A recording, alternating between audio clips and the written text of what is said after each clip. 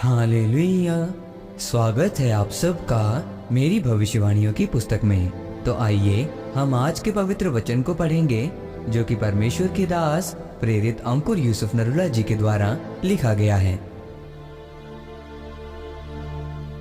परमेश्वर बेइज्जती दूर करता है। जैसा कि यहोशू की पुस्तक अध्याय 5 उसकी 9 आयत में लिखा है, तब यहोवा ने यहोशू से कहा, तुम्हारी नामधराई जो मिस्रियों में हुई है उसे मैंने आज दूर की है। इस कारण उस स्थान का नाम आज के दिन तक गिलगाल पड़ा है। मेरे प्रियो, बाइबल कहती है कि जब इजरायलियों का खतना हुआ तो परमेश्वर ने कहा, आज मैंने तुम्हारी नामधराई मिस्र में से दूर की है। इसका मतलब मिस्र में अभी भी नामधराई थी।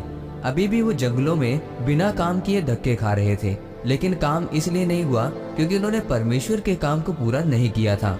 परमेश्वर के वचन में लिखा था कि हर एक इजरायली खतना करवाएगा और उनमें से किसी ने भी खतना नहीं करवाया था। फिर जैसे ही उन्होंने परमेश्वर के वचन को पूरा किया, परमेश्वर ने कहा, आज मैंने मिस्रियों में तुम्हारी बेइज्जती दूर की है।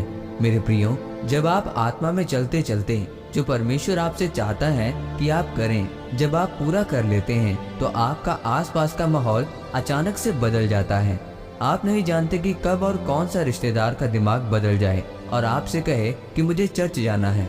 ये नहीं मालूम कि कैसे आपके परिवार ने बपतिस्मा लेने के लिए कह दिया जो एक दिन विरोधी थे, लेकिन परमेश्वर ने उनके दिमाग में डाला।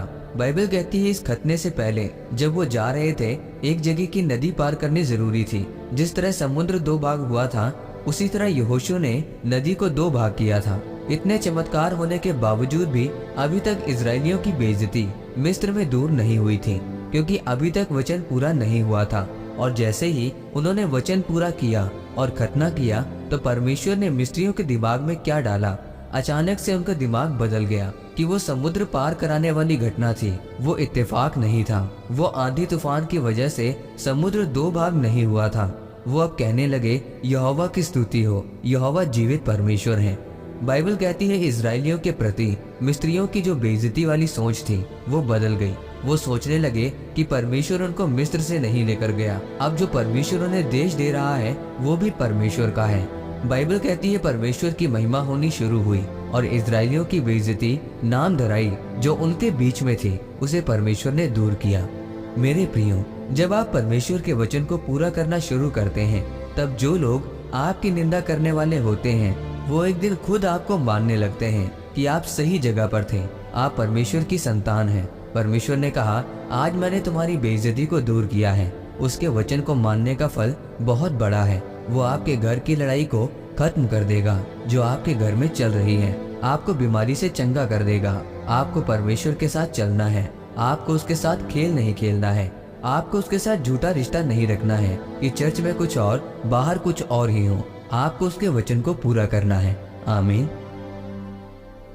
आइए इस अंगीकार को आप मेरे साथ एक मन होकर करें। सर्वशक्तिमान परमेश्वर, इस वचन के लिए मैं आपका धन्यवाद करता हूँ। परमेश्वर, मैं अंगीकार करता हूँ कि मैं आपके वचनों को पूरा करूँगा। मैं आपके साथ झूठा नहीं बल्कि सच्चाई का, पवित्रताई का रिश्ता बनाऊंगा और आपके साथ सही रीति से चलूंगा। प्रभु यीशु मसीह के नाम में आमीन। परमेश्वर आप सबको आज के वचन के ऊपर मनन करने के द्वारा आशीषित करे। आमीन।